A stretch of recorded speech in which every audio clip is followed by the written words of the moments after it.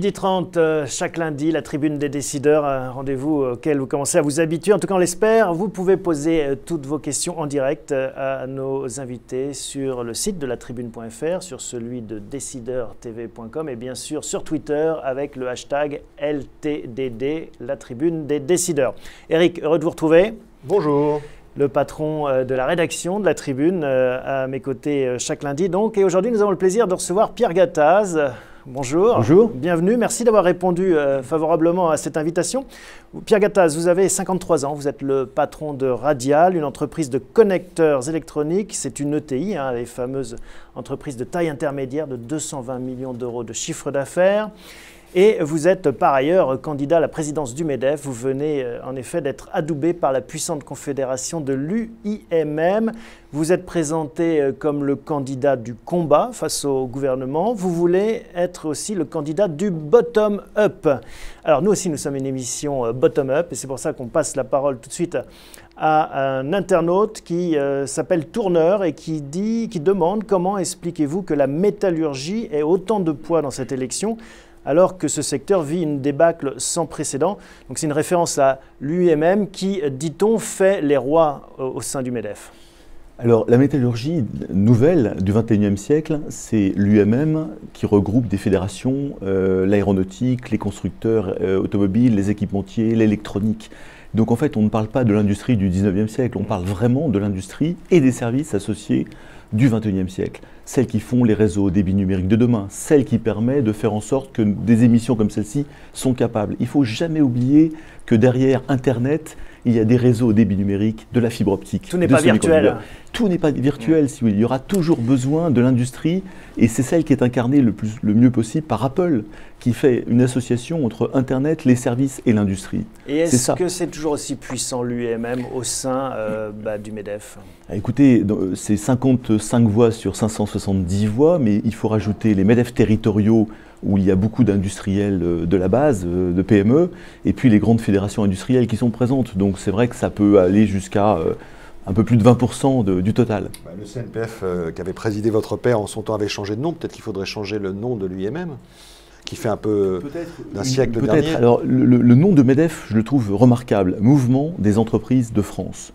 Et je crois que c'est ça qu'il faut accorder. C'est un mouvement, le MEDEF, des entreprises, car nous sommes là pour représenter non seulement les entrepreneurs, mais les entrepreneurs avec leurs équipes, et de France, car nous sommes en France. Et je crois que MEDEF est un mot magnifique. Alors une question de friture, la tribune, une friture qui demande que pensez-vous du ralliement de Saint-Jour, donc à vos côtés. Êtes-vous d'accord avec toutes ces idées? Ça aussi, on est un peu dans la cuisine UIMM encore. Oui, écoutez, il y avait Frédéric Saint-Jour avait tout à fait dit que s'il perdait cette primaire UIMM, il se rallierait à mes côtés, ce qu'il a fait. Donc je lui rends hommage, il l'a fait avec brio. Voilà, on est plus fort ensemble. Vous savez, ce qui est important, je crois, c'est le pays et c'est le combat pour l'emploi. Moi, c'est ce que je voudrais incarner. C'est un MEDEF de combat, mais de combat pour l'entreprise et de combat pour l'emploi. On se trompe parfois de combat. Ce n'est pas un combat de rue que je veux faire contre le gouvernement. Le gouvernement, c'est un gouvernement en effet de gauche qui a été démocratiquement élu. Donc nous sommes totalement apolitiques. Mais par contre, il faut se battre pour l'emploi. C'est insupportable pour le pays d'avoir 10,2% de chômeurs. Alors vous avez rallié donc Frédéric Saint-Jour, vous souhaitez rallier éventuellement Geoffroy Roux de Bézieux qui était ici à cette place même il y a 15 jours. C'est une proposition que vous faites, un ticket, c'est quoi? C'est une stratégie politique pour se faire élire? Là encore, si vous voulez, on est très complémentaires avec Geoffroy Roux de Bézieux qui est très respectable comme candidat, on s'entend bien je dirais. Il a des idées complémentaires des miennes et pourquoi pas faire quelque chose ensemble. Et moi je pense que ça permettrait, si vous voulez, en effet, de pouvoir avancer, d'être représentatif d'un grand nombre d'entrepreneurs et puis de pouvoir se battre pour le pays, pour l'économie, pour nos équipes et pour la santé du pays, parce que c'est ça qui est le plus important. Ce n'est pas tellement l'élection de tel ou tel au sein du MEDEF, c'est que nos entreprises vont pas très bien, le pays va pas bien du tout et on a un taux de chômage insupportable pour ce qui me concerne. Donc c'est ça que je voudrais faire et si Geoffroy Roux de Bézieux veut se rallier ou faire un ticket avec moi, et dans l'autre sens, tout à fait d'accord. Si c'est lui qui gagne, écoutez, vous le soutiendrez? On verra, mais pourquoi pas? Un petit mot quand même, juste pour continuer, on passera à d'autres choses ensuite sur le MEDEF quand même.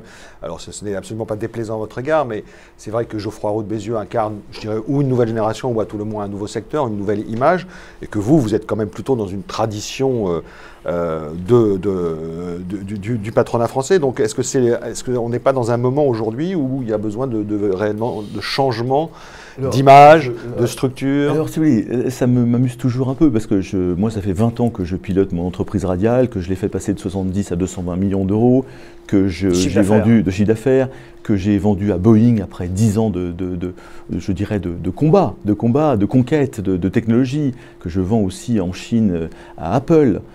Des commutateurs radiofréquences qui sont les meilleurs produits du monde en ce qui concerne les produits. C'est-à-dire que je fais beaucoup de lean management qui sont aussi des méthodes extrêmement modernes. Donc vous êtes moderne en fait, c'est ça que vous voulez dire? Si vous voulez, après, si vous voulez, on ne peut pas ne pas être moderne dans un monde qui bouge tout le temps, qui s'adapte et qui exporte. Donc moi, ce que j'essaie de faire, c'est bien évidemment j'utilise toutes les méthodes les plus modernes de management, d'outils numériques et quelque part, mes clients, je dirais, me sont reconnaissants par rapport à ça.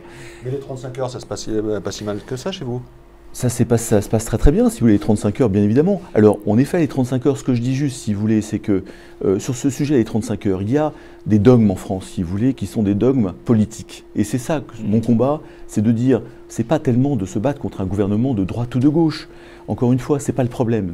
Moi, je représenterais un MEDEF totalement apolitique. Le seul problème, c'est de respecter les règles de l'économie de base. Si, en effet, pour certaines entreprises, les 35 heures vont très bien, il faut surtout les garder.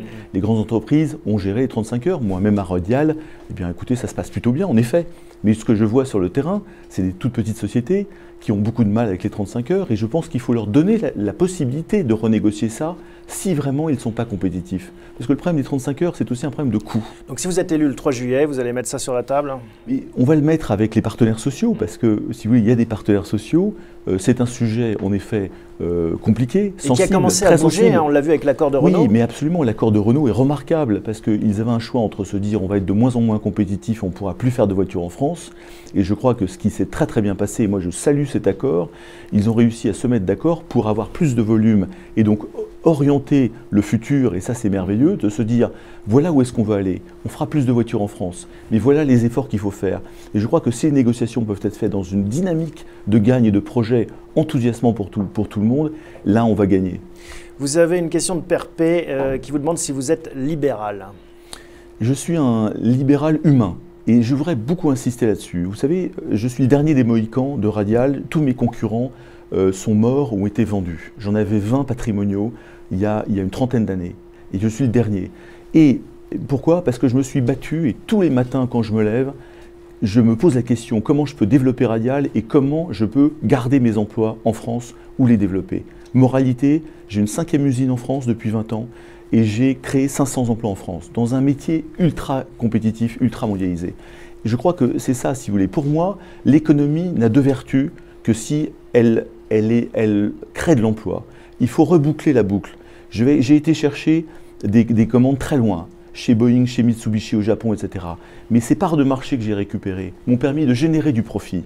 Et ce profit, je l'ai réinvesti dans mes usines françaises, dans la formation de mes équipes, dans le lean management, dans les investissements, dans la R&D. Et ça permet de rendre meilleur. Et c'est ça que je voudrais démontrer, c'est que l'économie doit être assumée parce qu'il n'y a pas d'autre choix. Elle doit être mondialisée parce que le monde est à nous et est ouvert.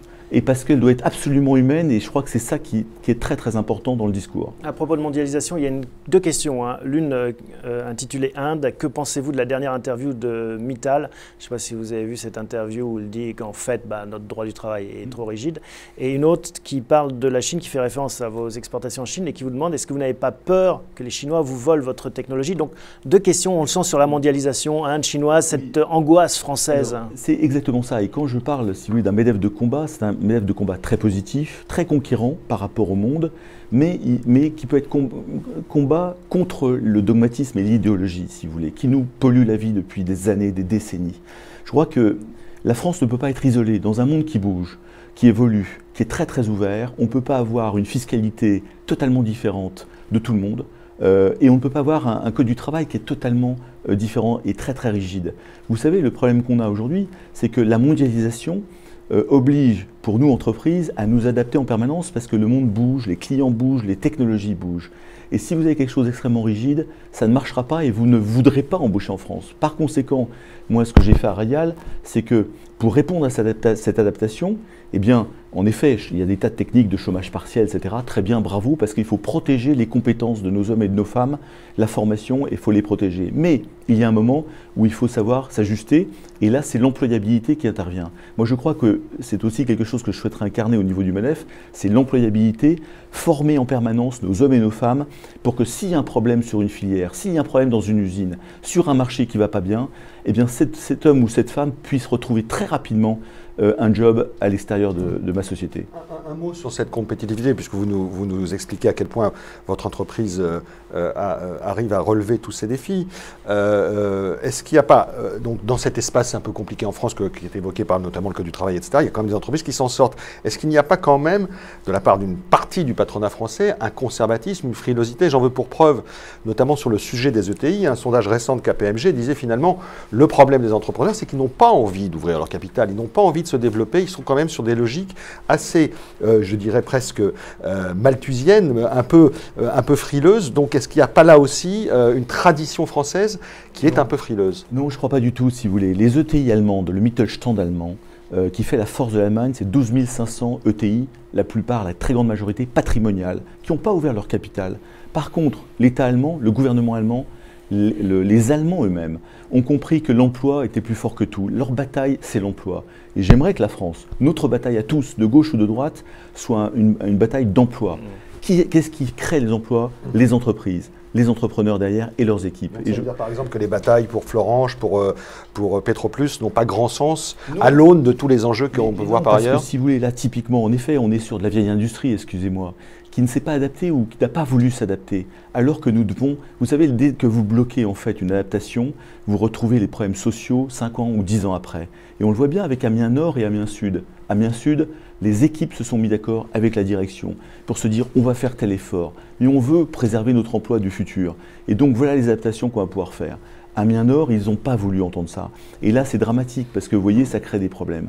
Moi, je pense que si vous voulez, la clé, c'est adaptation permanente parce que le monde évolue. Et deuxièmement, employabilité et compétences de nos hommes et de nos femmes pour qu'ils soient tout le temps, je dirais, employables. Alors, Éric parle de simplification, le président de la République parle aussi de simplification. Ce serait quoi le rêve du futur patron potentiel du MEDEF en termes de simplification? C'est ce qu'a fait Apple avec les smartphones. Vous savez, les ingénieurs ont fait leur aggiornamento de simplification. Ils ont simplifié la complexité. Un smartphone peut être utilisé par un gamin de 5 ans. Moi, je rêve que les législateurs fassent la même chose. Alors, ça peut être des objectifs très simples. C'est pour toute loi qui sort, vous en supprimez 2, systématiquement. C'est de dire des objectifs. Vous savez que le Code du travail dont vous parliez, 3250 pages.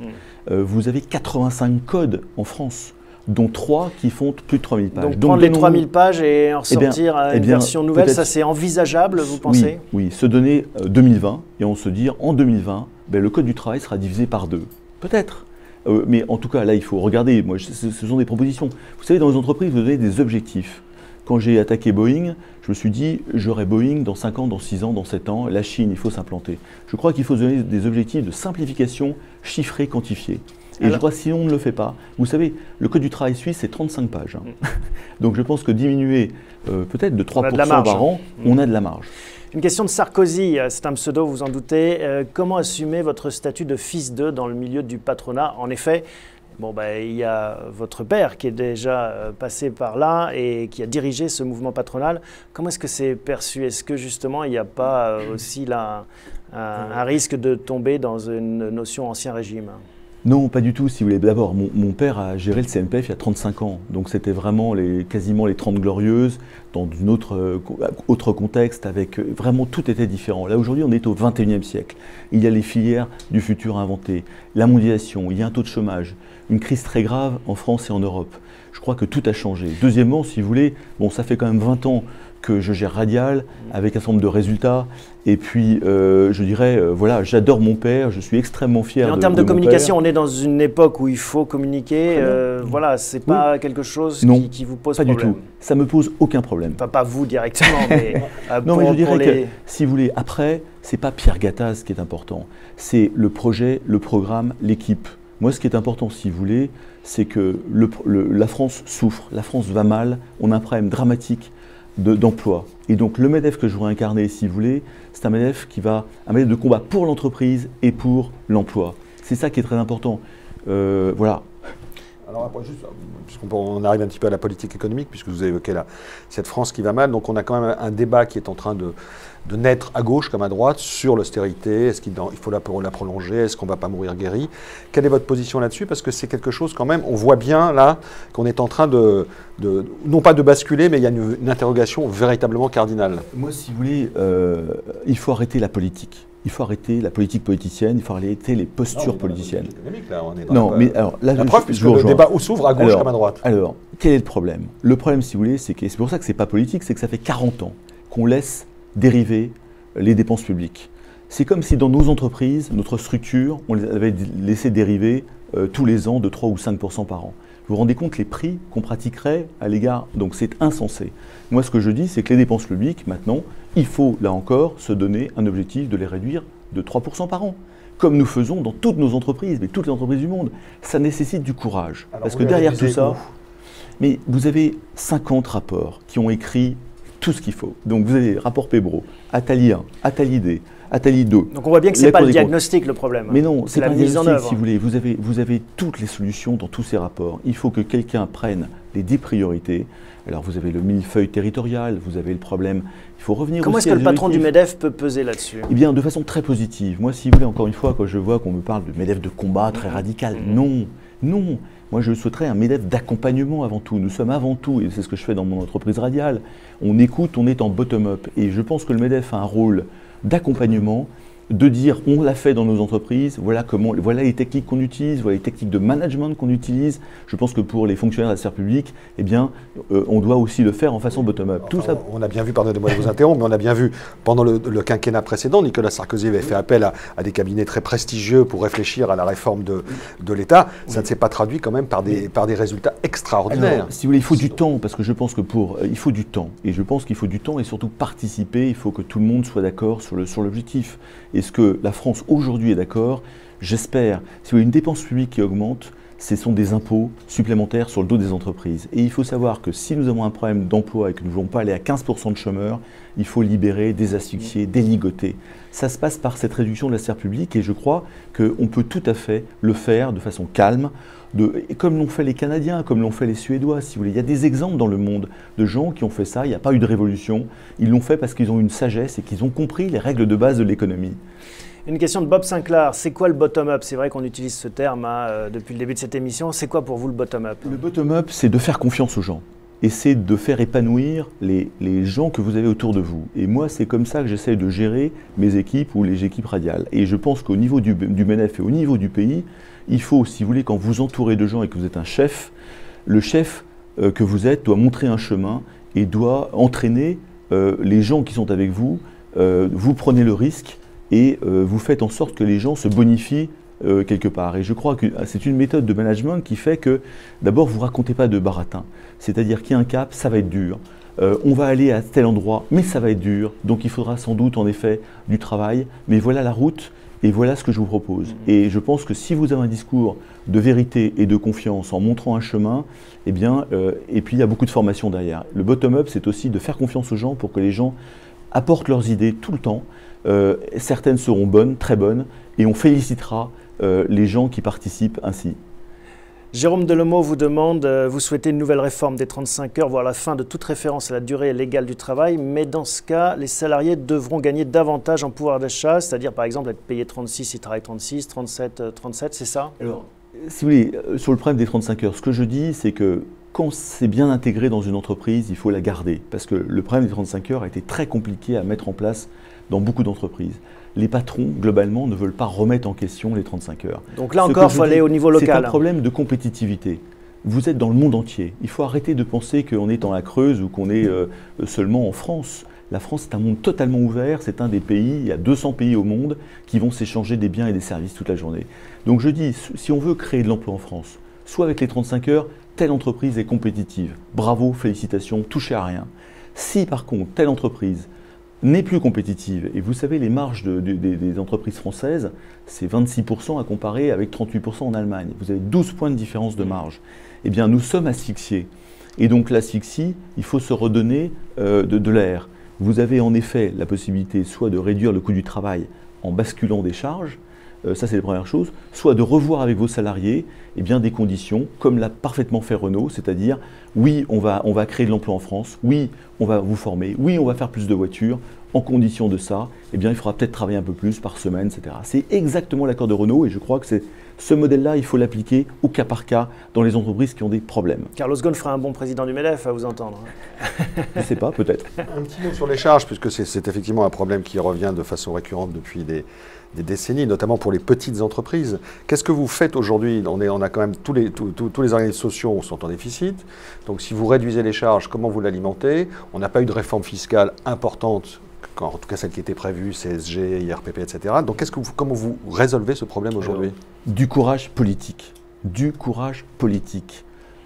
Vous revenez au problème de l'emploi. L'emploi, ce sont les entreprises. Les entreprises ont besoin d'air, d'être désasphyxiées sur leurs marges. Il y a les faits, les calculs, les statistiques. Nous allons mourir asphyxiés et ligotés. Donc, qu'est-ce qu'il faut faire? Il faut faire un transfert de 50 milliards. C'est 3-4 ans, ça fait plusieurs années qu'on le dit, 50 milliards sur un mix de TVA, de CSG. Pourquoi la TVA? Parce qu'aujourd'hui, nous avons une protection sociale digne des pays de l'Europe du Nord, avec une fiscalité digne des pays d'Europe du Sud, c'est-à-dire basse. Il faut rééquilibrer, soit en effet optimiser la protection sociale, eh bien, comme nous optimisons nos systèmes, etc. L'idée, ce n'est pas d'être moins protégé, c'est d'être mieux protégé, que ça nous coûte moins cher. Et deuxièmement, vous pouvez transférer quelques points de TVA. Nous sommes à 19,6 aujourd'hui en France. Les pays de l'Europe du Nord sont à 25 ou 24 ou 25. On peut se mettre entre les deux. Et en attendant qu'on réduise les dépenses publiques. Vous savez, les dépenses publiques, vous avez de la gabegie partout. Hein. Et ce n'est pas un problème de dire les fonctionnaires travaillent mal. Surtout pas. Moi, je suis entouré de fonctionnaires et de hauts fonctionnaires qui sont extrêmement compétents. Le problème, c'est que depuis 30-40 ans, vous avez un système qui s'est mis au-dessus d'eux. Un millefeuille qui s'est mis au-dessus d'eux. Et je pense que c'est ça qu'il faut limiter. Il faut avoir du courage de rentrer dans ce millefeuille des dépenses publiques pour baisser et baisser ainsi le coût du travail. Un mot sur la TVA quand même, parce que vous évoquez des hausses possibles de la TVA. On connaît les effets que ça peut avoir, et notamment des TVA à taux réduit qui concernent directement des secteurs que vous connaissez bien, notamment le bâtiment, les travaux publics. Donc qu'est-ce que vous imaginez aujourd'hui reprendre 2-3 points de TVA sur les TVA, les taux réduits? Pareil, c'est pas tout ou rien. Ce sera une fiscalité que j'appelle intelligente. Il faut que la fiscalité, et là aussi ça nous a fait hurler en tant que patron, si vous voulez. Le budget 2013, qu'on appelle le projet de loi de finances 2013, était anti-économique, ultra démotivant. Et moi, je crois qu'il ne faut pas recommencer ça. Le PLF 2014, projet de loi de finances 2014, qui va commencer à être discuté dans les mois à venir, devra inciter à l'embauche, inciter à la prise de risque, inciter au fait que l'épargne des Français doit être routée vers les PME, vers les TPE, vers le cousin qui veut créer sa petite entreprise. Mais c'est ça qu'il faut faire. Pourquoi? Parce que c'est de l'emploi derrière. Je crois que c'est incroyable, si vous voulez. Notre pays a un problème de chômage fantastiquement élevé, grave. Et qu'est-ce qui se passe? On fait tout pour empêcher les gars de créer leur boîte, d'investir dans une boîte, de durer dans une entreprise. La fiscalité doit être est quelque chose d'extrêmement sensible. Soit vous faites une fiscalité considérée comme punitive et vous bloquez tout. Vous bloquez l'embauche, vous bloquez l'investissement. Les gars sont ultra frileux, ils veulent partir de France. Soit vous faites une fiscalité intelligente en disant voilà, messieurs, vous êtes les joyaux de la couronne en tant qu'entrepreneur. Vous qui créez un seul emploi, vous êtes un héros. C'est ça qu'il faut dire aux gens. Qu'est-ce que vous ferez si le 3 juillet vous asseyez dans le fauteuil de Laurence Parisot comme mesure symbolique forte? Est-ce que vous avez déjà en tête quelque chose? On a en tête l'élection présidentielle passée avec les 75% de François Hollande. Est-ce que vous avez quelque chose comme ça, un marqueur? Mais écoutez, les problèmes des entrepreneurs aujourd'hui, c'est qu'ils souffrent de leur carnet de commandes, ils souffrent d'un manque de... Ils ont l'impression d'être mal aimés, pas écoutés, pas de respect. Alors qu'ils se battent toute la journée. Si vous voulez, dans ma campagne MEDEF, je vais beaucoup sur le terrain, dans les territoires, je vois des tas de gens fantastiques, mais qui se battent, qui bossent 15 heures par jour. Qu'est-ce qu'il faut faire? 1, un choc de confiance. 2, un choc de fiscalité. 3, un choc de compétitivité. C'est très simple. Choc de confiance. J'ai invité le président de la République à passer une journée avec nous aux universités du MEDEF fin août. Hein, c'est une journée complète, pas de discours, juste qu'ils comprennent, qu'ils viennent discuter avec nous, de voir nos problèmes, de voir les galères, de voir ces gars. L'immersion au sein des patrons. Mais oui, tout simplement. Il vous a pas répondu encore. Pas encore, mais j'espère bien qu'il va me répondre vous positivement. La demande officielle. Oui, alors si je peux me permettre. Non, je ne vais pas faire encore de demande officielle, je l'ai fait par les médias interposés, mais je compte bien faire une demande. On verra comment ça se passe. Ensuite, si vous voulez, il faut que ce respect, si vous voulez, soit matérialisé par quelque chose. Là, vous avez un double choc. Choc de fiscalité.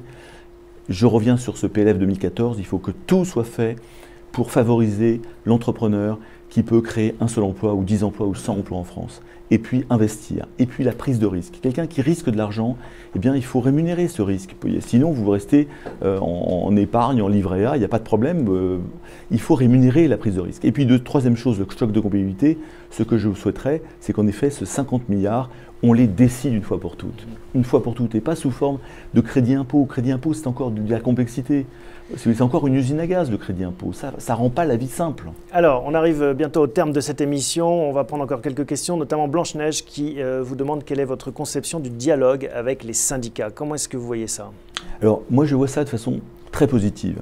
Pourquoi? Parce que les syndicats que je côtoie depuis 3 ans, dans le cadre du Conseil national pour l'industrie, la CNI, avec Jean-François Dehecq, je vois des gens qui ont les mêmes combats que nous. C'est-à-dire ils veulent garder de l'emploi en France, ils veulent garder des outils de travail en France, ils veulent que la France gagne. Et je dirais qu'avec les syndicats que je côtoie, on partage 80% de nos problèmes. Donc je suis confiant qu'on peut en effet avoir un dialogue social, mais dans la dynamique. Il faut une dynamique de gagne, une dynamique de projet, pour entraîner les équipes, pour aller gagner aux États-Unis, gagner en Chine. C'est ça qui me paraît important. Ça, c'est le dialogue social institutionnel où des grandes négociations devront être faites. Chômage, retraite, formation, logement. Bon, très bien. Et puis, vous avez un deuxième dialogue social qui est très important aussi, qu'il ne faut surtout pas oublier, qu'on a tendance à oublier en France. C'est celui du terrain. Parce que là, vous êtes avec vos équipes, avec vos gars toute la journée, heure par heure. Et je pense que celui-ci est essentiel. On ne peut pas dire qu'il n'y a que le dialogue social institutionnel qui fonctionne. Il faut impérativement les deux niveaux. Et bien, ça nous ramène au bottom-up, hein, et ce sera le mot de la fin qui résume, je pense, votre philosophie, en effet, faire remonter les énergies de la base vers le sommet et ne pas attendre des décisions qui tombent du ciel. Pour gagner ensemble, surtout. Gagner ensemble. Merci en tout cas, Monsieur Gattaz, de nous avoir rendu visite. Merci Eric. On se retrouve la semaine prochaine avec un autre invité. Il s'agit de Christian Nibourel, président d'Accenture en France. Voilà, vous pourrez poser au cours de la semaine qui vient toutes vos questions sur latribune.fr ou decideurtv.com. Merci, à bientôt pour une nouvelle émission.